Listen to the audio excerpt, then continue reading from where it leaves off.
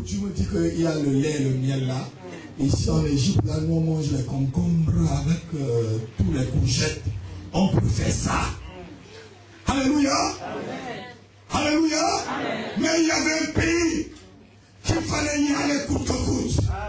C'était le pays de la liberté. C'était le pays de la libération. C'était le pays de l'adoration. C'était le pays de l'éternel. Mais pour y arriver, il fallait traverser des étapes. Pour y arriver, il fallait faire la guerre. Pour y arriver, il fallait endurer la souffrance, la soif, la faim. Amen. Amen.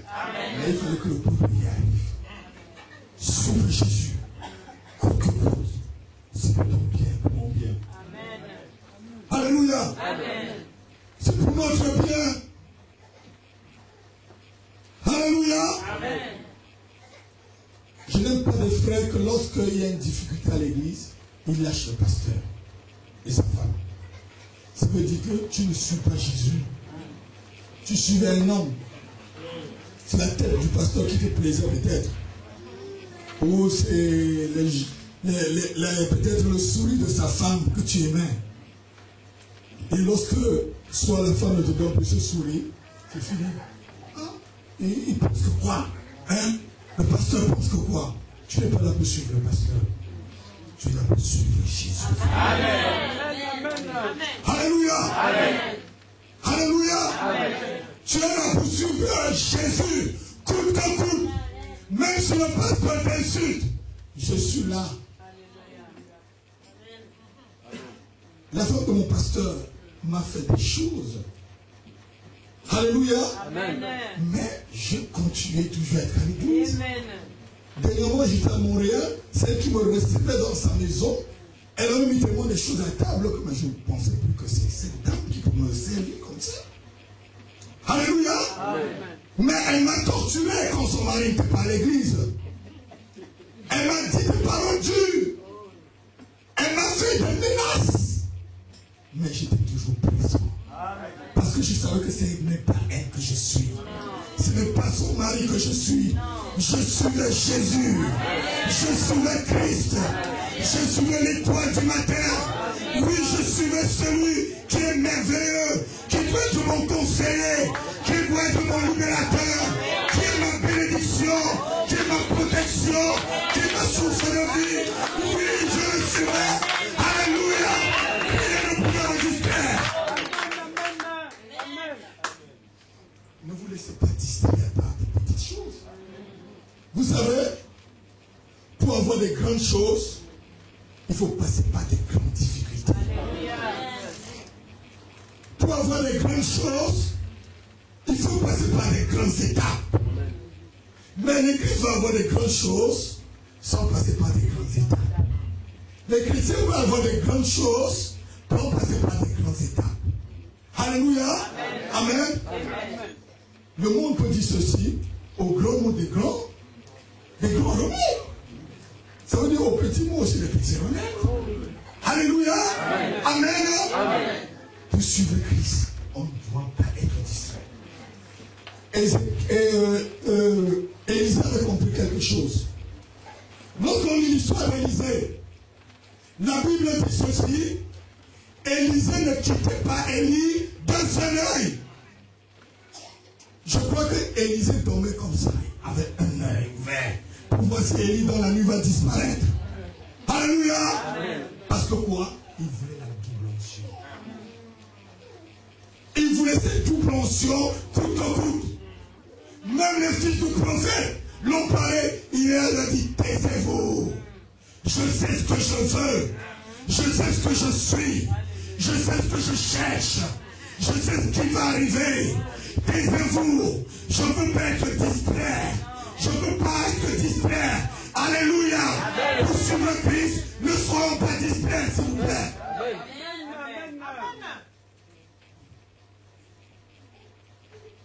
Mais si tu es distrait, tu ne vas pas suivre Christ. Alléluia. Il faut qu'il soit ton seul but, ta seule vision, ta seule source de vie, ton seul repère. Alléluia. Alléluia. Christ doit être cela pour ta vie. Et Et tu verras comment ta vie va changer. Il y a des gens qui veulent suivre Christ. Un pas à l'église, un pas dehors. Mais quand tu as Carifouchon, soit tu es dehors, soit tu es dedans. Si tu es un pied dehors, un pied dedans, tu es dehors. Alléluia. Amen. Amen. Il y a des gens qui viennent à l'église pour guetter. Est-ce que ça va aller? Est-ce que ça va pas aller? Frère, celui qui met sa main dans la charrue et qui regarde en arrière n'est pas digne. Lorsque tu dis oui Seigneur, je te suivrai toute ma vie, sur le coup que coûte. Quelles qu'en soient les épreuves, dis mon Rédempteur est vivant. Alléluia. Job avait tout perdu. Job avait tout perdu. Mais il lui restait une seule chose. Il lui restait une seule chose. Il lui restait une seule chose. Alléluia. La foi en l'éternel. Et cette chose était la plus grande de tous. Parce qu'après il a tout. Dieu lui a béni au-delà. Alléluia. Mais si vous voyez toutes les étapes, vous voyez toutes les étapes. Alléluia. Quand vous allez arriver à un certain niveau de vie dans la vie chrétienne, vous allez vous poser la question, est-ce que Dieu écoute encore? Je vous dis, c'est en ce temps-là qu'il est présent. Amen. Amen. C'est en ce temps-là qu'il est plus près de vous. Alléluia. C'est au moment où vous doutez que l'Éternel est encore prêt. Continuez. Les malheurs peuvent arriver. Jamais le Seigneur n'a dit que le malheur n'arrivera pas. Alléluia. Amen. Mais les malheurs ne vont pas t'empêcher de suivre le Seigneur. Amen. Alléluia. Amen. Je vais vous dire quelque chose. Les persécutions, les douleurs, les difficultés, pour moi, c'est une vitamine pour pouvoir continuer à suivre Christ. C'est une vitamine qui me fortifie pour continuer à suivre le Seigneur. Les calomnies, les mensonges sur ma vie, c'est une vitamine pour moi pour continuer à le suivre. Alléluia. Parce que je sais que tous ceux qui veulent vivre pieusement en Christ seront persécutés. Mais si tu n'es pas persécuté, si on ne parle pas mal de toi, si on ne te repousse pas, mais c'est que tu es comme cela. Suis Christ, quel qu'en soit ce qu'on peut te dire. Suis Christ, même si tu es ringard parmi tes amis. Suis Christ, même si on te dit que tu es dans une secte. Sache que tu n'es pas dans une secte, que tu suis Jésus-Christ. Amen. Amen. Le diable est en train de tout comploter. Le diable est en train de tout comploter pour pouvoir empêcher le grand nombre d'entrer dans le ciel. Vous savez, quand le Seigneur est mort, je vous disais dans la nuit, dans le livre de Matthieu, il y a les souverains sacrificateurs qui sont partis voir certains soldats. J'ai lu ça dans la nuit. Il les a payés pour qu'ils aillent dire que c'est les disciples qui ont volé le corps de Jésus dans la nuit. Quel mensonge! Notre Dieu est ressuscité. Amen. Notre Sauveur est ressuscité. Amen. Il n'est plus à la croix. Il n'est plus dans la tombe. La Bible nous dit qu'il est assis à la droite de Dieu. Amen. Alléluia. Et il intercède pour toi. Il intercède pour moi. Il nous montre le chemin. Il t'éclaire chaque jour. Il t'éclaire dans la nuit. Quand tu dors, il veille sur toi. Alléluia. Suis-le. Alléluia. Amen. Les gens vont tout dire pour te décourager. Lorsque j'ai accepté le Seigneur, qu'est-ce que je n'ai pas eu comme persécution? Ma propre maman, que j'ai amenée ici une fois, elle est en Suisse, elle m'a écrit pasteur, juste à mettre une croix rouge sur l'enveloppe. Tout me dit, et dans la lettre, il me disait qu'il faut que je revienne au Cameroun pour qu'on enlève Jésus dans mon ventre. Elle est en Suisse. Et dans la lettre, elle me disait, il faut que je vienne pour qu'on ait enlevé ce Jésus-là dans mon ventre. J'ai lu la lettre, je l'ai regardée, j'ai déchiré, mais franchement. Et mes amis de classe, quand ils ont vu la lettre, avaient une croix dessus, et le nom de ma mère, mais c'est pas possible. Moi, c'est possible, il m'appelait mon Seigneur, mes copains m'appelaient mon Seigneur. Comme j'avais accepté le Seigneur, il m'appelait mon Seigneur. Ils se moquaient de moi. Monseigneur, tu déchires la lettre de ta mère. Je dis, mais ma mère n'est pas Christ. Alléluia. Amen. Je suis venu au Gabon pour chercher de l'argent. Mais j'ai trouvé plus que de l'argent au Gabon. Alléluia. Et je me suis fait ce que j'ai trouvé. Alléluia. Alléluia. J'avais trouvé plus que de l'argent. J'allais au Gabon chercher de l'argent sur un bon américain. J'avais fait les affaires. Alléluia. Amen. Mais Christ m'a saisi. Et je dis non, cette chose-là, ça dépasse tout l'argent de millions de milliards. Je vais le suivre. Partout il ira, je serai avec lui. Partout il me dirigera, j'irai là-bas. Alléluia. Amen. Amen. Vous savez, je vais vous faire un petit témoignage. Avec le Seigneur sait nous éprouver.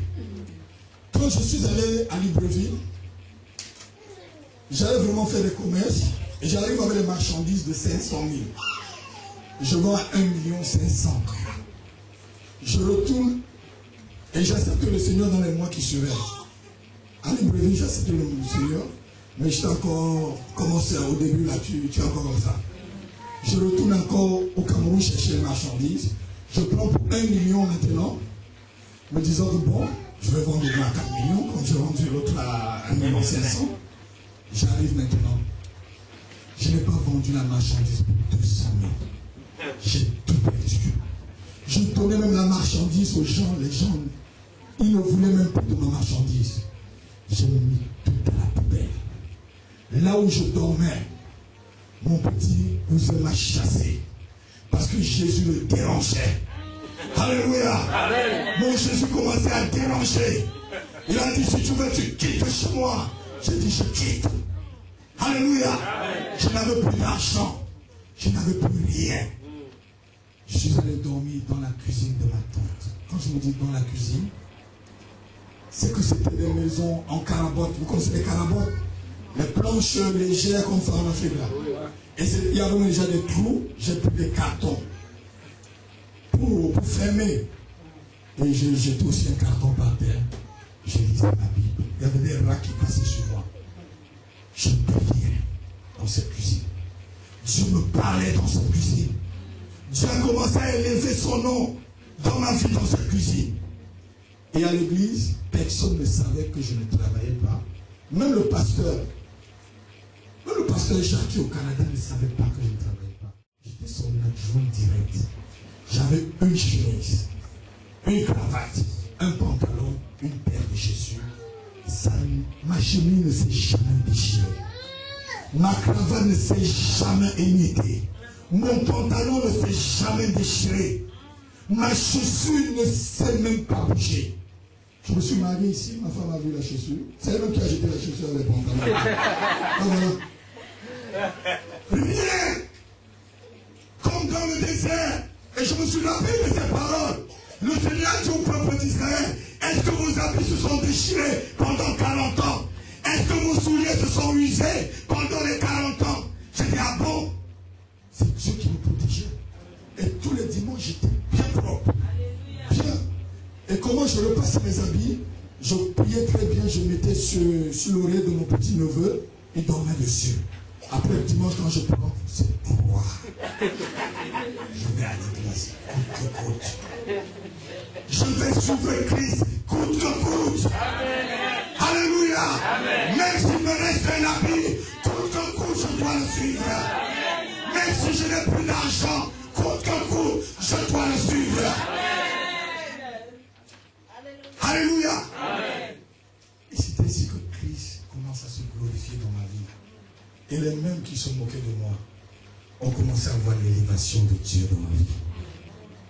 On commençait à voir Dieu me donner un grand travail, une belle maison,